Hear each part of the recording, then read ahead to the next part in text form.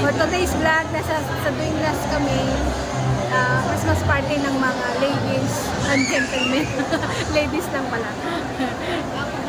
Tayo mga kababaihan. Tayo members dyan. First time. Ang daming tao dito, guys. Lahat ng barangay ng buong buong Taguig ba to? Hindi Anong district? District 1 yan. District 1 and 2 siguro kasi may norte. Yun, nagsama-sama po lahat dito. District 1 lang. District 1 lang? Oo, kasi ang District 2, yun na yung doon sa Patero. Ay, ganun ba yun? So, sobrang dami pala ng District 1. Sobrang dami. Kakamping. Basta mayor. Basta Taguig pink tayo, guys. Makita yung stage. Kampung. Bilisan nyo na sa mayaw nyo na pagsasayaw.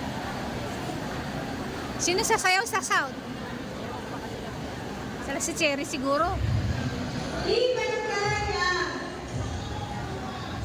makita. Alapakan po natin ang PHW na barangay, Lord Sina.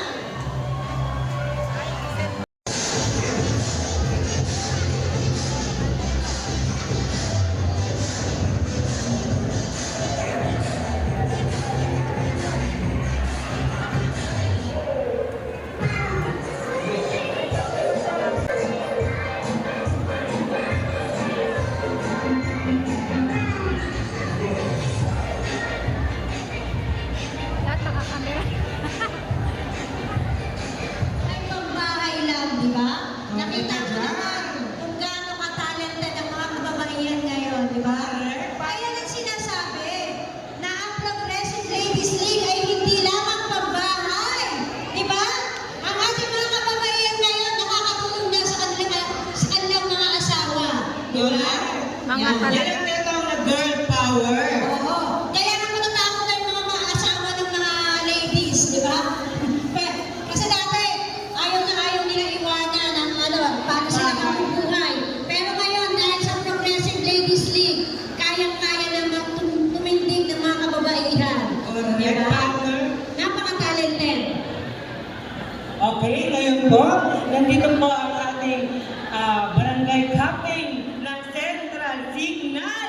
Ang guwapo ng ating barangay captain na si Captain Henry Dueñas III. Ayan.